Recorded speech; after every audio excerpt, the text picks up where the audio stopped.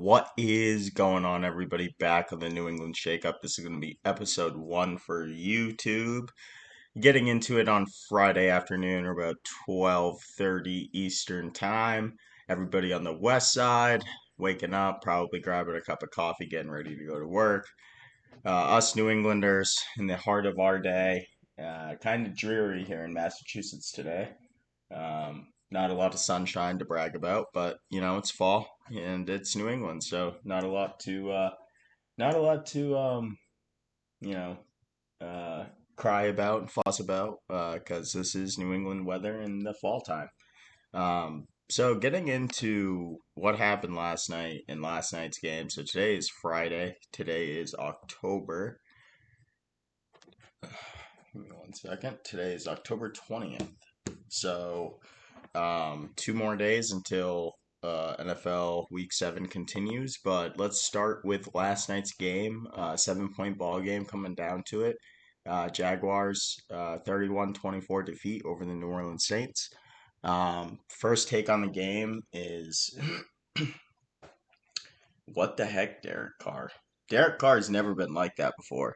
If you guys go back and watch his tape and the Raiders, I mean, except for that 1 year with Josh McDaniels, there really wasn't a lot of finger pointing. That's not a lot that Derek Carr does. So there's something brewing down there in New Orleans. The offense sometimes seems out of whack, especially in the red zone. They just can't convert. Derek Carr seemed very frustrated last night. Foster Moreau dropping that ball in the back of the end zone. Um, you know, they had so many chances last night to score points to not have that game come down to that. So if you're the Saints sitting there with a 7 point ball game and, Foster Moreau drops that catch, Olave had some drop balls, Olave ran some bad routes. There was a go route, and I think maybe the late third quarter, early fourth quarter, that Chris Olave ran a 9 route past a defender and basically stopped his route 7, 8 yards down because he didn't think Derek Carr was going to throw him the football. So there's something there to behold with just how, you know, the the Saints can, build off of this and what can they do from here. I mean, you have a great defense. You just can't seem to keep going onward and onward and onward. So it just seems like one of those things.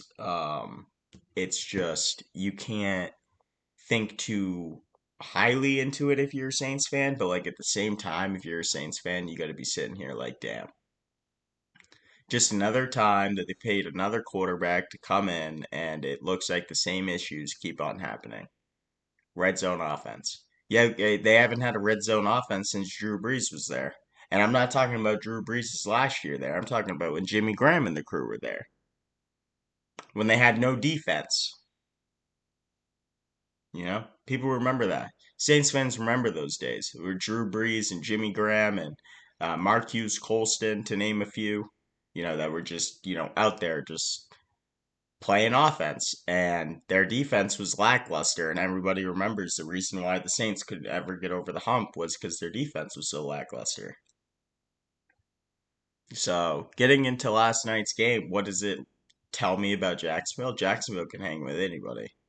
Calvin Ridley doesn't have to have a 100-yard game for them to win. That's what that tells me. And that's a scary thing. That's a scary thing. That's a scary thing for the AFC. Trevor Lawrence, that knee didn't look like it bugged him that much last night. He was scrambling around, making plays all throughout the night. So his knee isn't, as bad as people think. He's going to get another 10 days to heal up. He'll be fine. He'll be fine. But this is what, us New England fans that we wish happened for, the Patriots was, a rookie quarterback on a good deal, significant pieces around him. I mean, people forget that Calvin Ridley, I forget what he was exactly traded for, but it wasn't a lot. And, you go and look at it and you say, okay, well, maybe he has made an impact since like, that London touchdown or like week 1 he really exploded. But like besides that, you can't really look at it and go, okay, Calvin Ridley is the reason why they have two losses right now. No. The reason why they have two losses right now is because their defense sometimes can not show up. You can always expect Josh Allen, that edge rusher, to always show up. A Louis Kuhn, you can always expect him to show up. But, you can't expect everybody on that defense to always show up. But that's the only thing that really bugs me with the Jags is their defense going to be able to hang and stop a Patrick Mahomes or Josh Allen or Tua Tagovailoa in the playoffs. Who knows? Who knows? But getting to my point, New England, we really think that if we would have invested in like a receiver like a Calvin Ridley or like, T. Higgins or somebody like that to kind of come in and help Mac out, I don't think it's all Mac's fault. The problem is that you have an offense where he needs to be a playmaker. Like the offense still is making him a playmaker. There's no real like intel on like what Mac can and can't do. He's not gonna roll out. He's not gonna scramble for 65 yards a game. That's just not who he is. But I think New England, if they gave Malik Cunningham the keys for the rest of the year, got a good draft pick, moved on from Mac, I hate to say it, it might not be his fault, but still, you have to start fresh. Like Bill said, you have to redo everything. So, if they get the 1 through 5 pick, they better pick a quarterback. And if they don't pick a quarterback, what is Bill Belichick going to do? Oh, you're going to pick another edge rusher, another offensive lineman? I understand they need a line, but you need to pick a quarterback. You need to pick either a quarterback or a serious, serious offensive weapon. Marvin Harrison Jr., if he comes out in the draft, depending on if he wants to stay another year at Ohio State, with all the NIL money now, who knows? But getting to my point of like where the Patriots go from here, they're sitting at 1-5. They're at the bottom of the division. Basically the bottom of the AFC, right? You got Gonzalez out for the year. Judon's out for it looks like the year. I mean, if they're smart, they don't play him. So what do? You tank. You absolutely tank. Bill Belichick has never heard those words before, but Robert Kraft's going to say them this year. You're sitting at 1-5. Your chances at making the playoffs is probably below 3% right now. They have the fourth hardest schedule remaining in the NFL. So it's not something that they can just wake up and, start running the ball effectively and run their screen game effectively. It's not going to work. It never has, except for when Brady's been there. Brady made up for all those mistakes. He made up for the defensive mistakes that Bill Belichick sometimes made.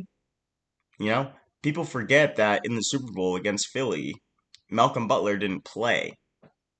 He didn't play in that Super Bowl. People forget that. But Brady threw for 500 and plus yards and still had them in the football game. But people want to sit here and say that it's Bill Belichick and his success. That's a point right there. But moving on, Mac Jones can't lead this team anymore. He can't perform up to the standard that New England standards set. And Brady set that. The only person to blame for all this is Brady.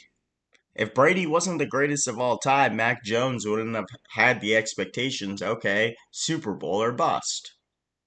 Because that's what it is here in New England. That's what it's with the Bruins, with the Red Sox, with the Celtics, and most definitely with the Patriots. You're going to tell me for the last 20, 25 years, they've pretty much dominated football, and New England fans don't know how to feel because most New England fans that are Patriots fans are people of my age group, 20, 30s.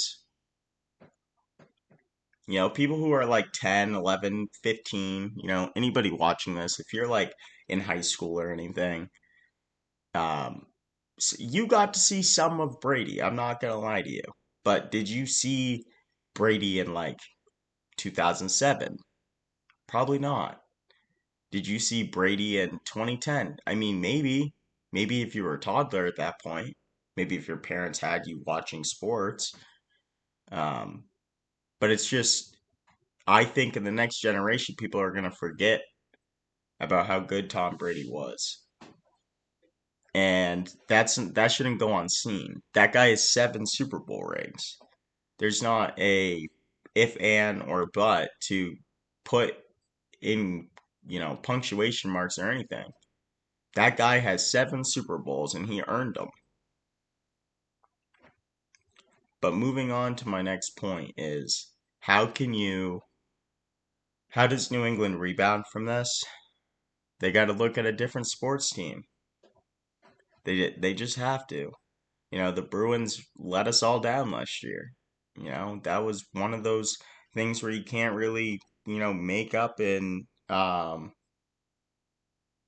so I just think that there's so many things that you have to keep on learning from experiences in New England. And it's from if one team's not doing well, one team is. There's 4 teams in New England, and the only hope we have this year is the Boston Celtics. Boston Celtics is the only hope we have this year. Tatum and Brown need to bring home banner 18 this year.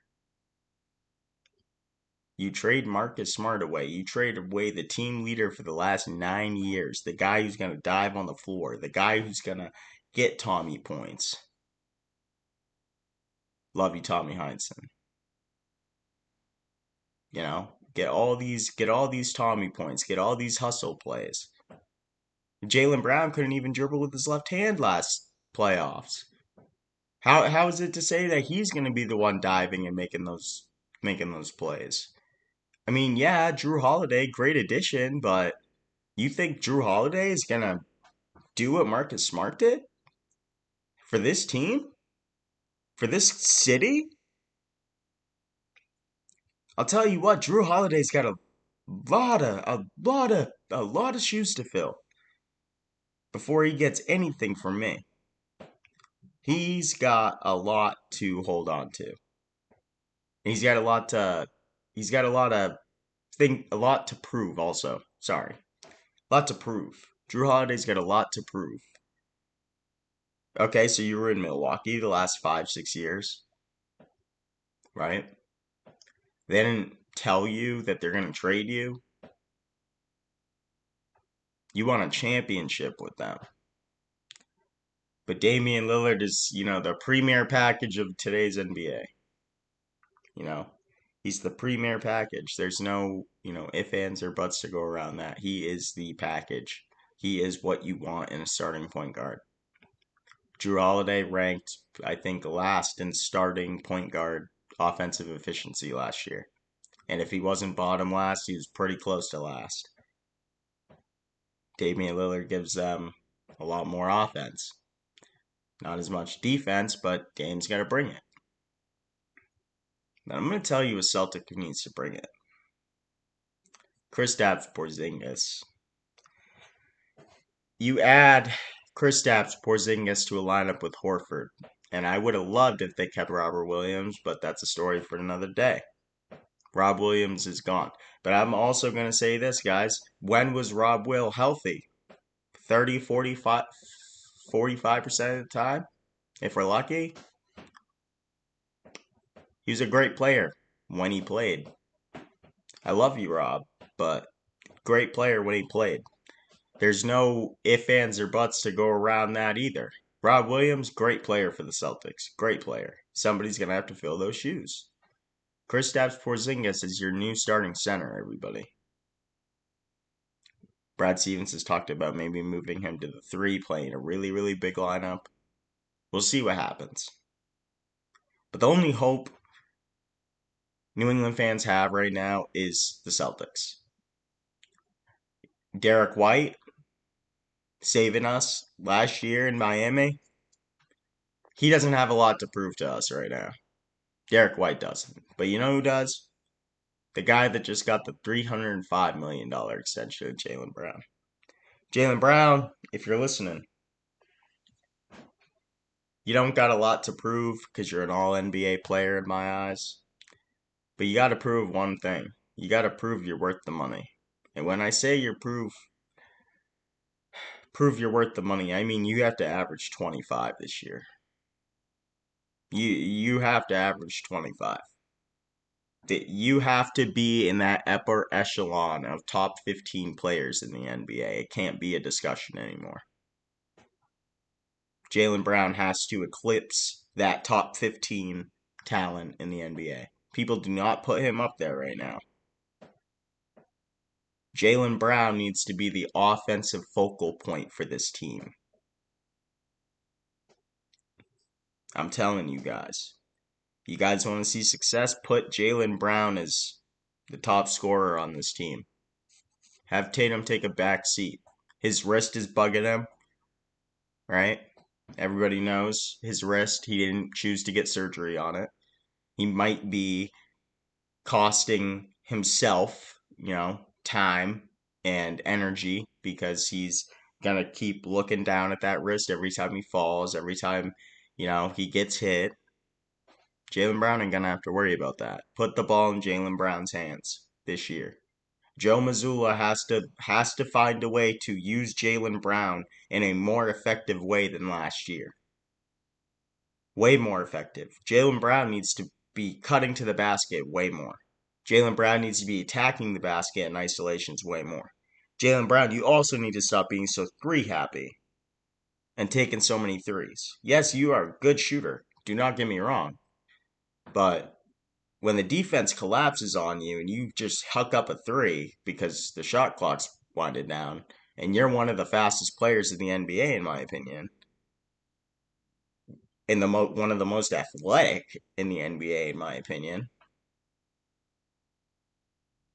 why not go for it all? Why not go for an MVP, Jaylen? Why not go for a Defensive Player of the Year, Jaylen? Why not go for a Most Improved Player, Jaylen? Why not do it? Why not break the All NBA first team as a shooting guard? When everybody talks about the best shooting guard in the league, I always hear Devin Booker, Bradley Beal. I never hear Jaylen Brown's name. Jaylen Brown needs to show up. Jaylen Brown has to put on the mask this year and, excuse my language, but not give a damn what anyone thinks. He needs to put on that mask and he needs to show everybody why the Celtics trust him so much. They can't keep going to the conference finals, into the finals, and losing. You can't keep getting to that hump and not getting over it. There's no way around that for the Celtics. Horford is about to hit 40 years old, guys.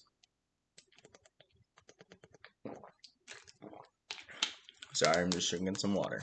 But Al Horford is 40 years old, guys. Almost. You can't expect Horford to defend a Giannis in the playoffs anymore. Can't ask that of Horford anymore. Horford's earned a ton of respect from the Boston community.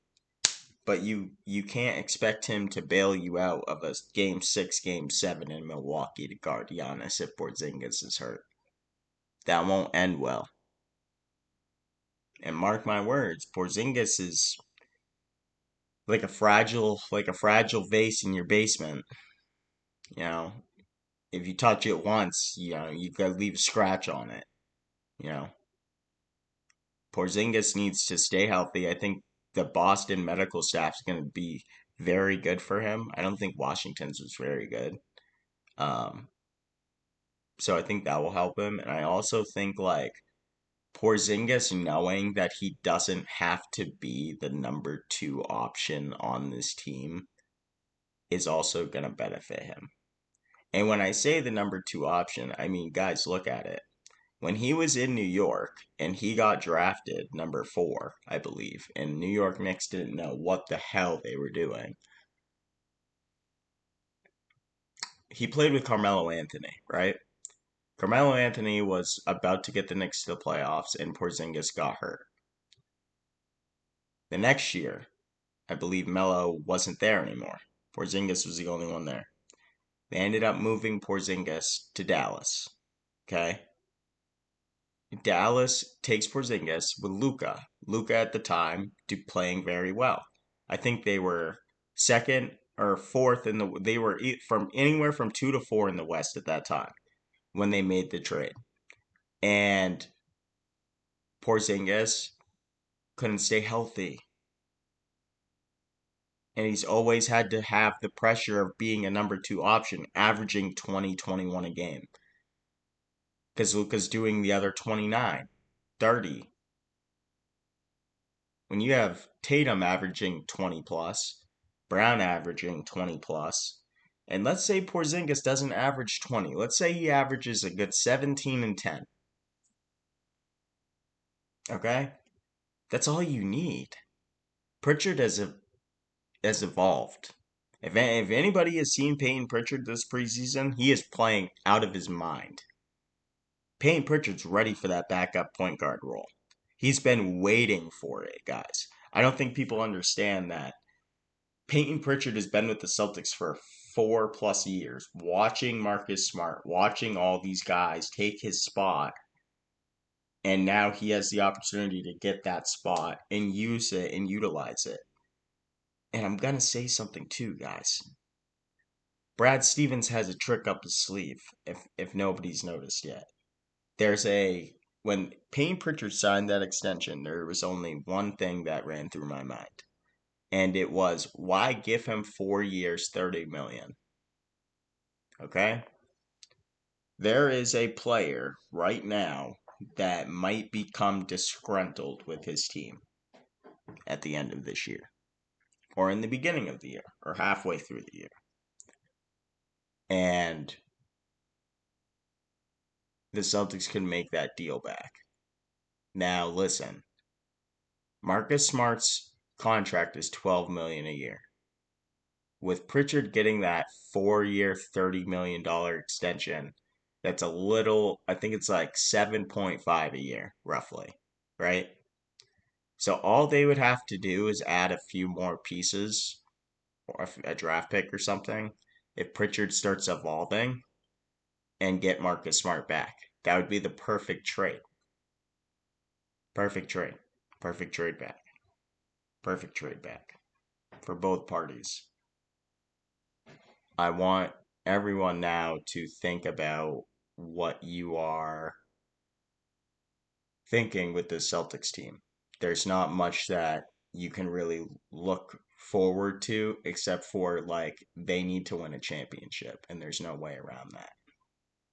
So, this is episode 1 of the New England Shakeup, and I hope everybody has a great, great Friday.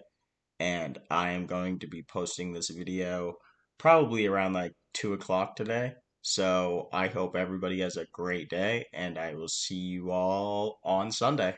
Peace.